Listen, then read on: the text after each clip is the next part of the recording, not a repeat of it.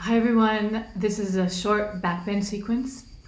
So grab a couple of blocks if you have them. If you have two, it's great. If you only have one, that'll work. If you don't have blocks at all, you have to improvise with something you have where you are. So get what you have and come to your mat. I'm doing the same thing. I have two blocks here. I have set up my mat at the wall. So if you have a wall for one edge of your mat, that's good, but it's not required. And I set up already two mats like this just so that I don't have to move them around when I'm practicing. So if you have two mats, you might want to try to do that. Otherwise, you just, of course, adjust your mats. So right away, we're going to begin because this is just a short set for when you don't have very much time, or maybe you're like me, you've been working at your desk and you need a little break.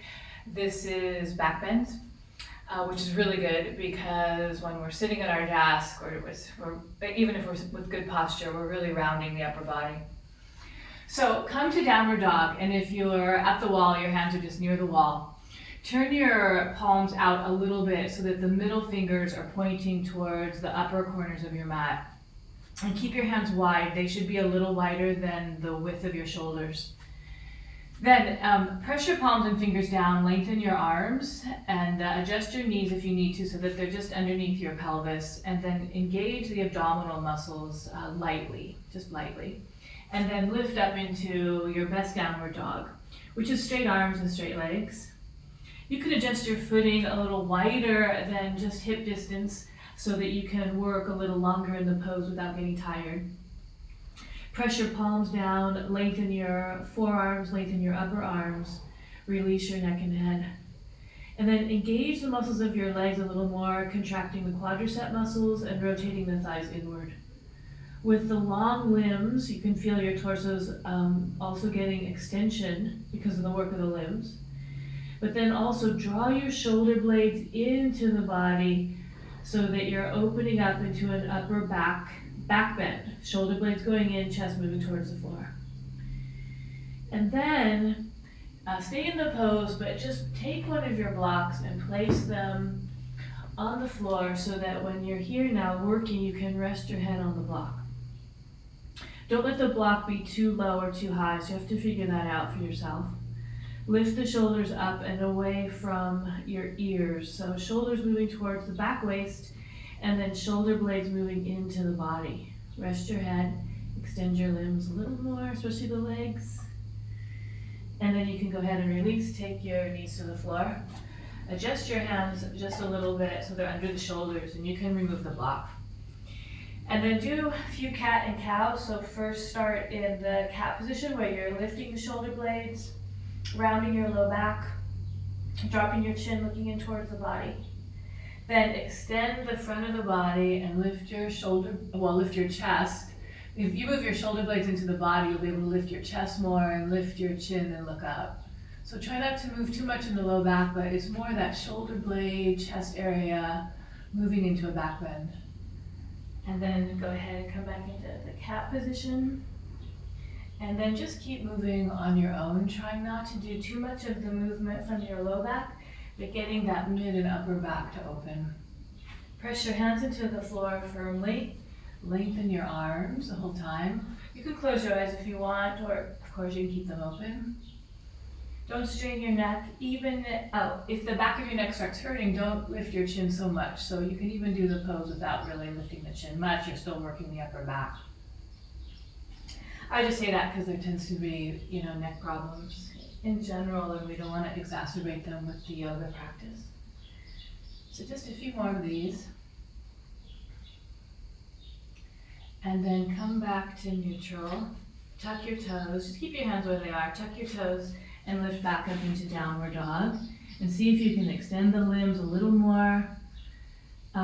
Go ahead and lift the heels high. So lift the heels and still open your chest towards the floor. Let your head and neck release.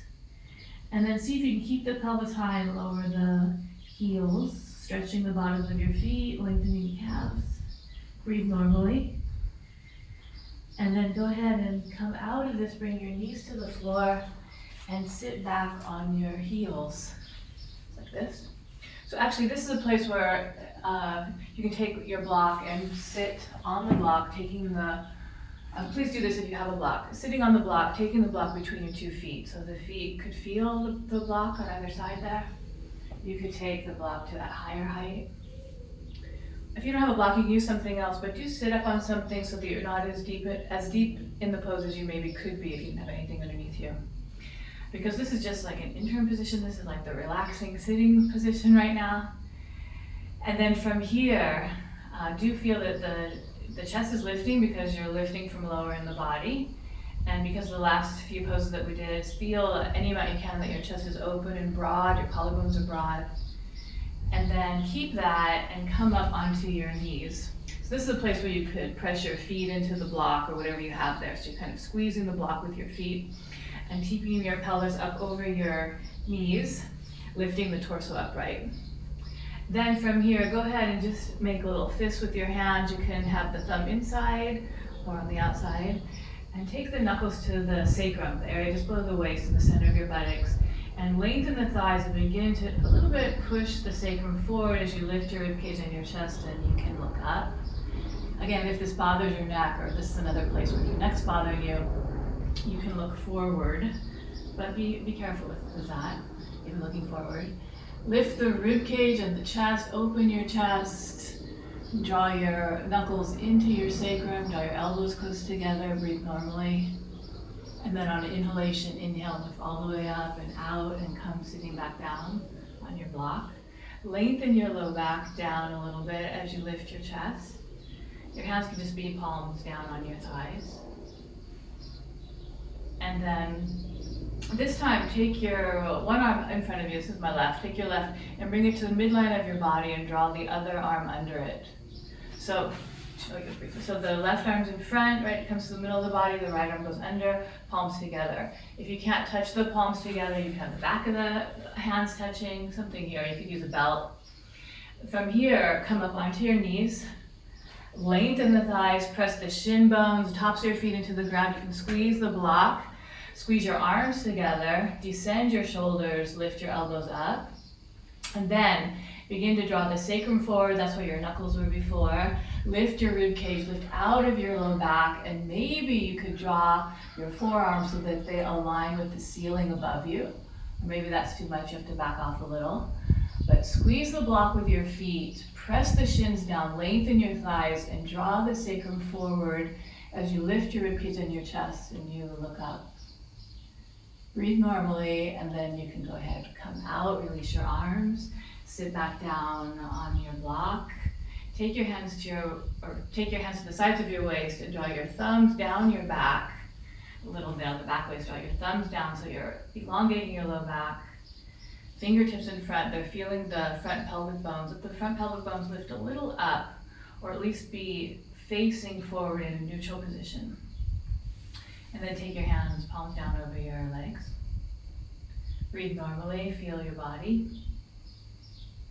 Take your other arm or the right arm, if you're working the same way I am, in front of you. Draw it to the midline of the body, then take your left arm under. Squeeze your arms together, lift your elbows, but descend your shoulders. And then lengthen the front of the body and come up onto your shins, onto your knees. Squeeze the block with your feet. Okay. Press the tops of the feet down. Firm up the thigh muscles. Lengthen the thighs. Engage the buttock muscles and draw your sacrum forward as you begin to lift through the ribs and kind of curl the upper back as if you're curling the upper back over like a ballet bar that's behind your shoulder blades or something like that. Keep your collarbones broad, keep squeezing your arms, breathe normally.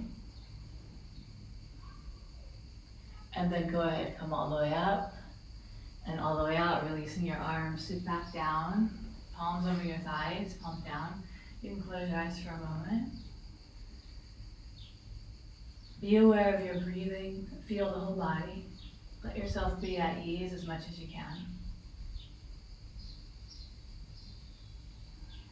And then go ahead and come forward, remove the block from behind you, and come laying down on your side. So when you're coming onto your side, you can take your left arm or the lower arm behind you because you want that to grab the lower leg foot And then the upper arm, it grabs the upper leg foot, but then if you can reach to the ankles, go ahead and grab the ankles, any amount there. And you could also use a belt around your ankles and hold the belt.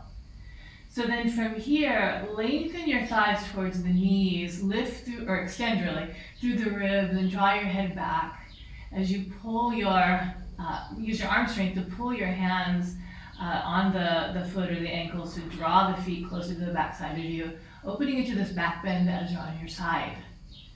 Breathe normally here.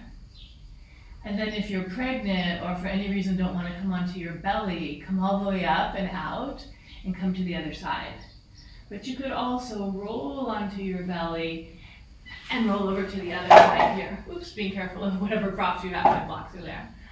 So draw the top of your head towards your feet, use some arm strength to pull your feet towards you, lengthen your thighs towards the knees, open up the front of the body into this back bend shape. Blocks, actually this is as deep as I can go anyway, even though the blocks are behind my legs there. Then from here, go ahead and release and come out onto your belly or just onto your side, and then come laying onto your back. So I'm just going to move my hair a little so I can be on my back. So you're on your back. You can keep your legs bent for a moment. Then press your feet into the floor to lift your pelvis. See that? And tuck your arms under the body with your palms face down. So palms are facing down. Then extend your legs. Just be here. Feet and legs all the way together if you can, otherwise they can be apart. Then point the toes. Let your head be neutral right now. And then you're going to lift the sternum chest upwards towards the ceiling or towards the sky above. The sternum area is where the two sides of your rib cage come together. So you're going to lift the sternum up as if there's like a string or something pulling you. Press your hands and your forearms all the way to the elbows into the ground. And let your neck and head just fall back. So you can look and then come into this if it's new for you. As you're here, there should be either no weight or just light weight on the top of your head. Keep drawing the shoulder blades into the body, lifting the sternum, lifting the chest, but lifting that center point of the chest, the sternum, upwards towards the ceiling, using some arm strength to press your forearms down. Lengthen your legs, point your toes, breathe normally. And then you can release and come all the way out. And untuck your arms. And just for a moment, you could be here, palms up.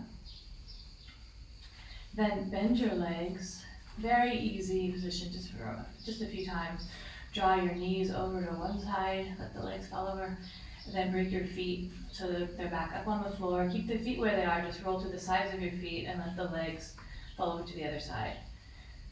So just do a few of these. This is a super easy, gentle spinal twist, just in case there's something, that maybe a little compression happened. Maybe. Remember, this is like a short practice for you to do some back bending to open up. It's kind of a break from perhaps the center or the middle of your day. And then come back up. This time you can roll over, roll to the right, and use your arm to help you come up. So in this one, here's one where if you have the two blocks, you can use them both. Otherwise you have to figure out something if you don't have two blocks. So you take one block on the high height, one block on the medium height, right? Not the low height, but the medium height. And then, to get the most out of your time for back bending, if you can do Virasana position of the legs, which is when you, on your shins, take your fingertips behind the backs of your knee joint, pull the flesh away from the backs of the knees and a little bit draw the calf flesh and muscles out to the side. And adjust your feet so that they're by your outer hips, toes pointing back if you can. If you can't do this position, then you have to put your legs in another position. Straight legs even is fine. Hands behind you, lift the rib cage and the chest, and come back so that one block is under the shoulder blades, and then the other block is here under your head. I'm a little close to the wall, but it works. And then relax your arms at your sides. This is not one where you need the wall, so don't worry, it's just because I'm so close. So one block is under the shoulder blades, comfortably there, not under the shoulders, but that area we've been opening, which is the mid, upper back, the chest area. Arms, palms up at your sides. Let your head rest.